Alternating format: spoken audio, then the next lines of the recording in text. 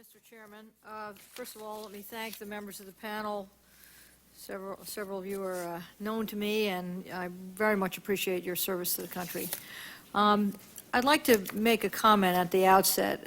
We heard from the two staff statements that we've heard so far today that there were many opportunities to stop the 9/11 plot, and the focus of those statements has been on, number one, on lack of communication among the CIA or even within the CIA and between it and the FBI, the NSA, the State Department, particularly Consular Affairs. Second, that there was no systematic mechanism for tracking terrorists. And third, and overarching, a failure to think strategically about what the terrorists need in order to succeed, and particularly how to deprive them of what they needed in the way of freedom to travel. And I would like to focus, however briefly, on all three of those.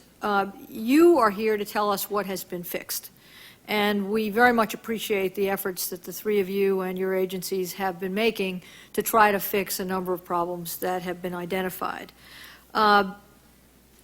It is clear that we will have suggestions and ideas about elements of what you're doing that remain broken and that could be fixed further, but we are quite constrained in talking about that in open session because the last thing that we want to do is to provide a roadmap to where the seams still may be that could be exploited, if you will. So I'm going to forbear from that, and we will follow those conversations in closed sessions.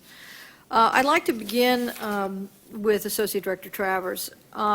As I noted, the salient point, I think, of the staff statement was that we as a government had a failure of strategic management of our effort to stop al-Qaeda. That there wasn't one person who was accountable. There wasn't one person who said, this is my job, I'm the quarterback, here are the assets at my disposal, and here's how we're going to proceed. As you noted, TTIC has been stood up with great fanfare. Not every agency gets mentioned in the State of the Union address. And it is featured as an answer to the question, how are we better working together today than we were in the past? And for that reason, I would like to really pursue with you what it is that TTIC does and doesn't do. I was very interested in the briefing that you gave to our staff, in which you're very clear that TTIC, quote, does not engage in collection or operations and does not belong to any department or agency. And I put that against the statement by the director of the CIA's al-Qaeda unit that he didn't think it was his job to direct what should be done in the field. And I put that next to Pavitt's statement that it was everybody's job. My question to you is TTIC the answer to that problem? Is it the entity that directs or controls the investigation of al-Qaeda right now?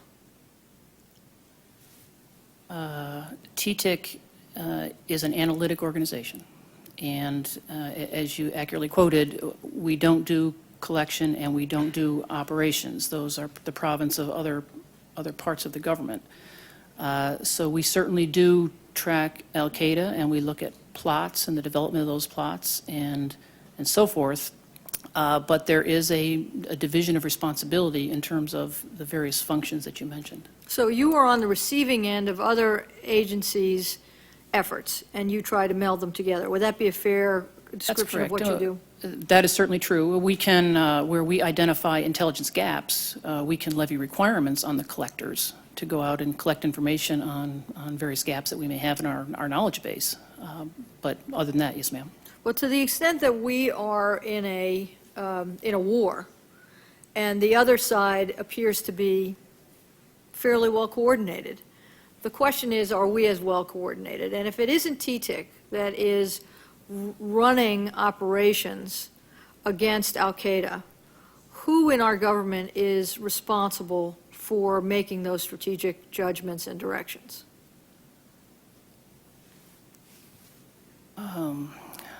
I mean, I think there are a few objective realities out there in terms of the blurring of distinctions between foreign and domestic and intel and ops, and indeed many different parts of the government have got various responsibilities for the global war on terrorism. With respect to TTIC itself, there is a degree of ambiguity between our mission and some other analytic organizations within the government. I think it's fair to say that there are these are being worked through within the government. How much should be done at the departmental level? How much should be done within TTIC? I think we have to acknowledge that these are very difficult questions, that we're dealing with legacy organizations and responsibilities, and we are all trying to work them out to whatever the good governance solution is. But I mean, it's certainly fair to say that there is an ambiguity there. Thank you for the candor of that response. I noticed in your testimony that, as you noted, you are dependent upon the constituent agencies to share with you the information that they have so that you can get it into your TTIC database, which is now the inheritor of tip-off, and that therefore you can then feed the terrorist screening center. And I was quite surprised to read that in your testimony that to date only 16 of the 56 FBI field offices have completed reviews of the data they have extant as to in order to take the names from their files and provide them to you. Is that a correct statement? You'd have to check with the FBI to give the exact figure. You need to understand that what they've been asked to do is to go back 13 years and look at all previous international terrorism cases back through 1990 and provide us an assessment of whether individuals in those cases need to be in our database. So it is not a trivial question, and I believe this, they've only been working on this for a few months. I mean, it came out of HSPD 6. So in other words, prior to a few months ago, there was not an effort on the part of the FBI to share with the government as a whole the information it had in its files about terrorists in historical cases? Again, the whole issue of U.S. persons data being in intelligence community databases was an issue, and we believe we've clarified that, and the HSPD makes it quite clear that we are to include appropriate U.S. persons data in our database. Since that decision, and clearly goes back to the Patriot Act, that process is being worked. Before tip-off moved from the State Department over to you, it's my understanding that the State Department was in fact unable to reach an agreement with the FBI under which the FBI would provide the information in its files. Is that correct? I wouldn't be able to answer that question. Let me turn for a moment to Ambassador Harty. You've described additional training that you're undertaking for consular officers. And we heard this morning that the interview process pre-9/11 was summary, to say the least, and in some cases non-existent. When your process is complete for the training of consular officers on interviews, how long do you expect an interview will take? Thanks for the question, because I think that there's a pretty broad answer and a wide range of answers to that, as you probably expected me to say.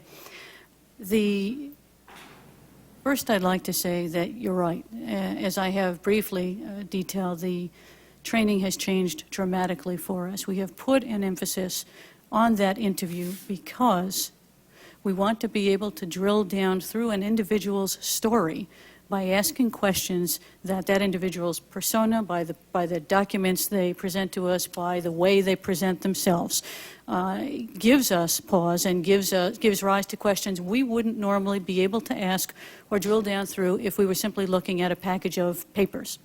I've traveled to probably 25 posts in the time I've been on the job, and again, the officers on the line who have a pretty hard job and who are patriots in doing it say they prefer to see the people than see the paper.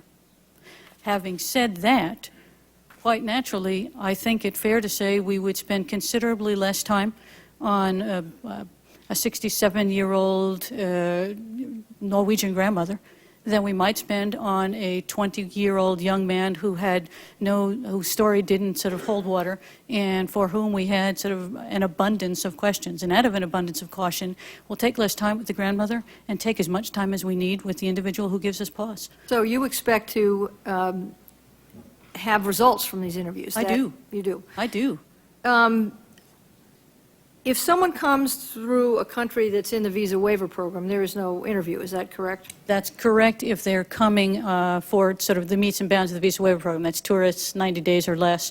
If they're coming for other reasons, they're students, they're people coming for a longer stay of some sort for a business reason, they in fact have to go through a regular visa process. But if I apply for a tourist visa... If you're coming to Disney World for 10 days, yes, you do not need at this point an interview. There's no interview, and so even today, there are literally millions of visitors coming to this country with no interview process. Is that correct? From the 27 visa waiver countries, that's in fact true.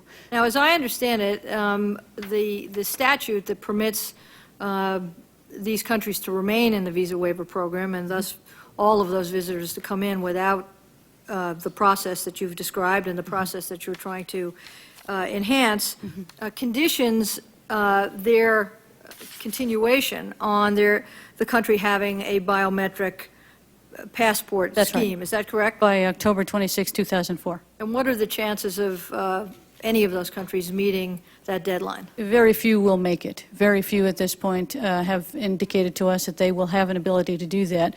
In fact, I feel it really necessary to say that the decision on what the biometric would be, the statute gave the decision, if you will, to ICAO, and that decision was made last May, and so those countries have not had that much time to do it. There are robust efforts in place to put such programs in place, but most will not be ready by October 26, 2004. When do you expect them to be ready? It differs from country to country. Some say by the end of 2005. Most, actually, the larger ones say probably by the end of 2005 or early 2006, which means they will be able to begin issuing, but not in the volume that we would like to see, certainly. So between now and that time, to the extent that people come in without the interview process that you've described, that will continue for several more years. Well, they will until if the statute is extended. Until October 26, 2004, that is the case.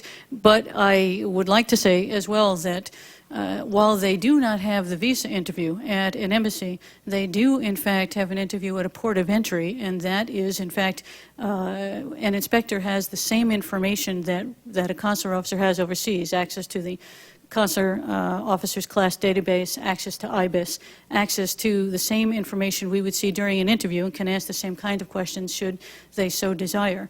And the 27 countries in the program have had to face a sort of a rigorous definition of their own abilities to issue valuable documentation. The 27 countries that are in the program are in fact in the program because their travelers, it has been assessed over the course of time, are a much lower risk than others from other countries. So it is a program that has been assessed from its very inception and continues to be assessed regularly. An obligation that originally belonged to the Justice Department now belongs to the Department of Homeland Security. Matter of fact, since the inception of the program, several countries have been bounced because they failed to continue to maintain that level of confidence that we have in the program in the countries that are participating. But we know that there are countries like Germany and France, just to pick two, or UK to pick a third, that have active al-Qaeda cells operating in them, and that yet they are under this visa waiver program. What would happen if the statutory deadline were really enforced, and therefore the visa waiver program were to end. Could you function? If the statutory deadline were to remain in place and countries were unable on an individual basis to continue to participate or to comply with the program as it exists, we estimate that we would see an approximate 5.3 million additional visa interviews that would need to be done. That would be a daunting challenge for us. Given our current resources, we would not be able to, in fact, fulfill those obligations to the best, to the way we would want to do it. The GAO wrote about this just a couple of years ago as they talked about the visa waiver program, and they, in fact, estimated that for the year 2000, visa waiver travelers spent about $39.6 billion in this country, and that's about 57% of overseas tourist spending in this country. The GAO also went on to say that it would take the State Department between 2 and 4 years to ramp up to be able to meet the necessary workload. Having said that, it would be a difficult management challenge for us to have to bridge the gap, to hire and train and perhaps even build brick and mortar facilities to interview people, to bridge the gap between the October 26, 04 deadline and the time when the countries would be able to come online. Because it's not really on a toggle switch, they are on a trajectory. They are going to continue to try and meet the bounds of that program just as quickly as they can. So we are talking about a challenge with a sort of a finite. Do U.S. passports meet the conditions that we would impose on other countries? U.S. passports do not meet the conditions we would impose on other countries, nor does the law require that. Having said that, we have every expectation that reciprocity would be fairly rigorously enforced, and so we have, as I sort of briefly mentioned in my opening remarks, we have a plan for what we're calling the intelligent passport. I've got a sample of it here. The intelligent passport has in the front of it the photo digitization process that I originally discussed. I know you can't see it from here, but I'll happily show it to you later. But in the back, in fact, we envision it having a contactless chip embedded in the back of the passport with an antenna so that you could, at a port of entry, at a U.S. port of entry or overseas, access this documentation quite rapidly. It would have the same information currently as is on the biographic page of the passport, and it would function not unlike like a speed pass at a toll booth. So it would be a very quick process through the system. But how far off is this in reality? Well, actually, I'm glad you asked that question. Not the one you have in your hand. Yeah, the one I have in my hand. We will begin by the end of 05 to begin to be able to produce these, but also not mass produce them. We have some procurement issues. Happy to talk about that too. As we try and stay a step ahead of the people who would do us harm, in some ways, we juggle with the difficulties, as we have all described, with sharing information and making current systems talk to each other.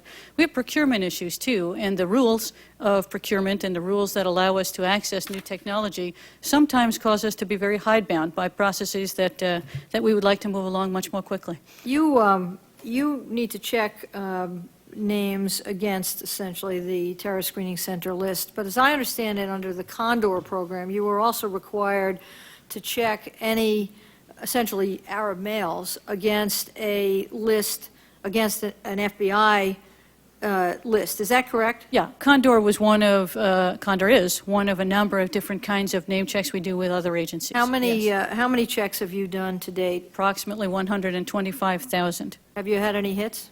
We have had a number of hits, but none of them resulted in a finding of a terrorist through the running of a Condor name check. And are there, as I understand it, there is yet a group of people who have neither been denied nor Yes, that's right. nor permitted to come in. That's right. Who are in limbo. Is that Yes, correct? that's also right. What is your advice to this commission as to whether that program should be maintained?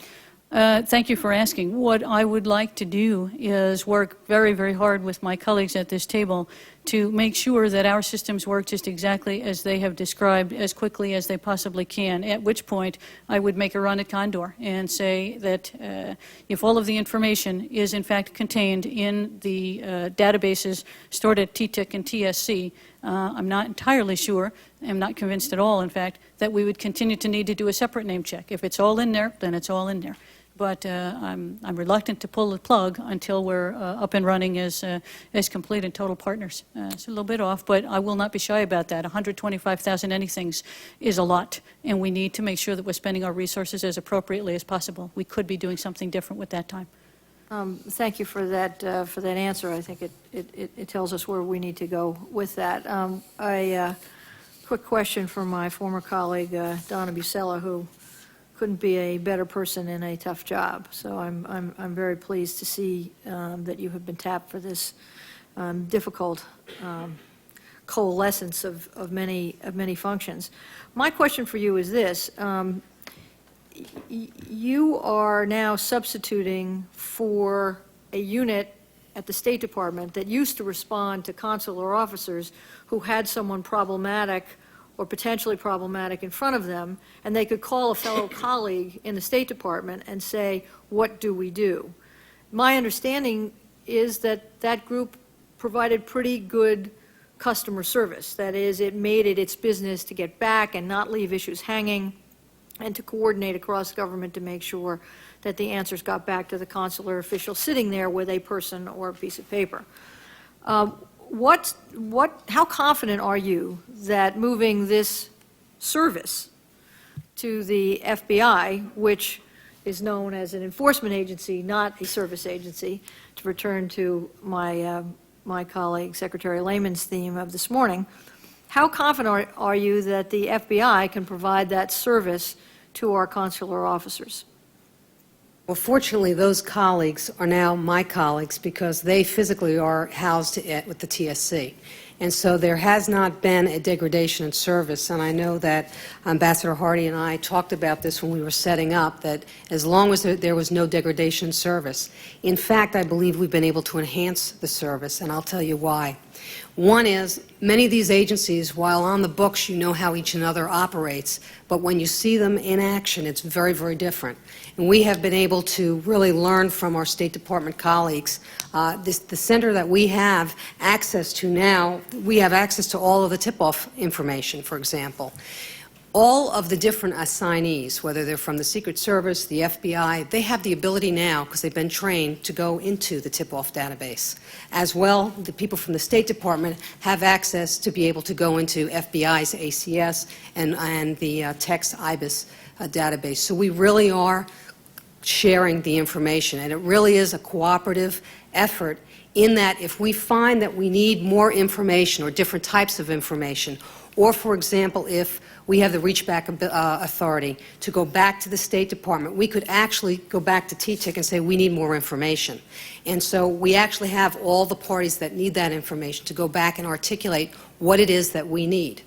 The TSC database is an identities database, so we have the names. We do not have the background files, but the way we are set up, we have the accessibility to go back to those files and then ask our State Department colleagues, what does this mean?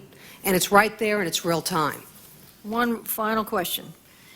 One of your jobs is to make available a tool that local law enforcement can use. There are nearly 1 million local law enforcement personnel in this country.